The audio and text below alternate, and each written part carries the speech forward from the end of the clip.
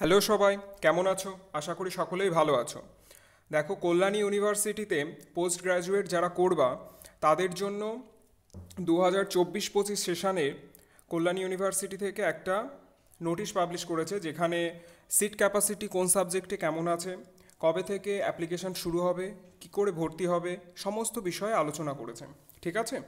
তো ভিডিওটা একটু বড় হতে পারে, এখানে আমি কোন সাবজেক্ট ওয়াইজ সিট ক্যাপাসিটি কেমন আছে এবং বাকি সমস্ত বিষয়গুলি কিভাবে অ্যাডমিশন নেবে তোমরা, এলিজিবিলিটি ক্রাইটেরিয়া কী আছে, সমস্ত বিষয়গুলি একই ভিডিওতে আলোচনা করে দেবো। কেমন?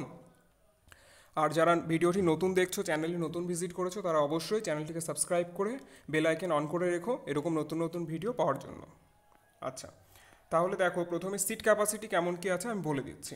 টোটাল 34টা সাবজেক্টে এমএ করানো হয়। ঠিক আছে?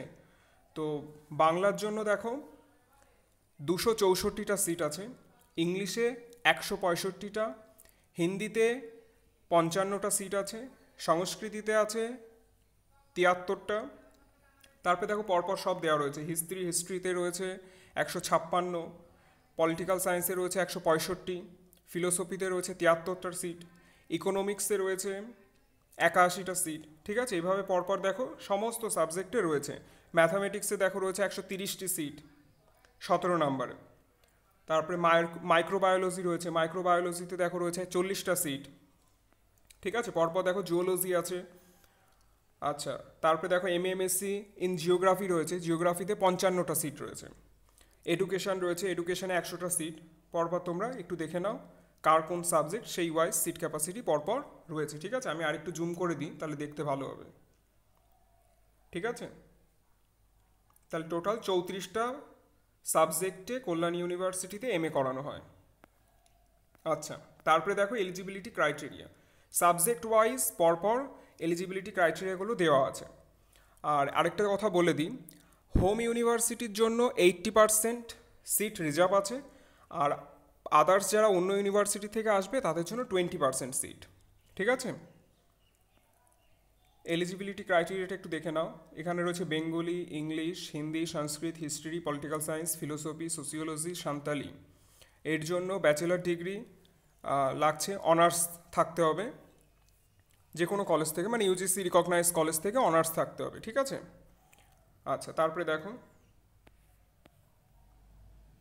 আচ্ছা নেক্সট দেখো, মোটামুটি যে সাবজেক্টে তুমি এমএ করতে চাও না কেন, তোমাকে সেই সাবজেক্টে অনার্স করতে হবে। ঠিক আছে?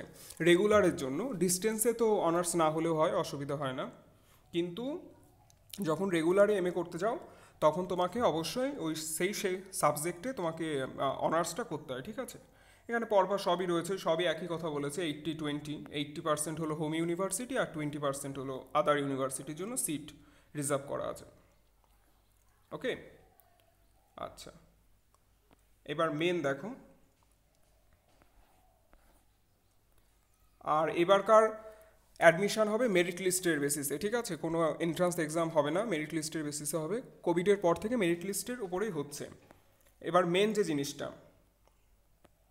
অনলাইন অ্যাপ্লিকেশান স্টার্ট হচ্ছে 3/9/2024।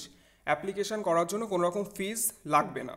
ঠিক আছে? 2024-25 সেশনে পিজি অ্যাডমিশনের জন্য অনলাইন অ্যাপ্লিকেশান শুরু হচ্ছে 3/9/2024 থেকে, আর অ্যাপ্লিকেশান করার জন্য কোনো রকম কোনো ফিজ লাগবে না।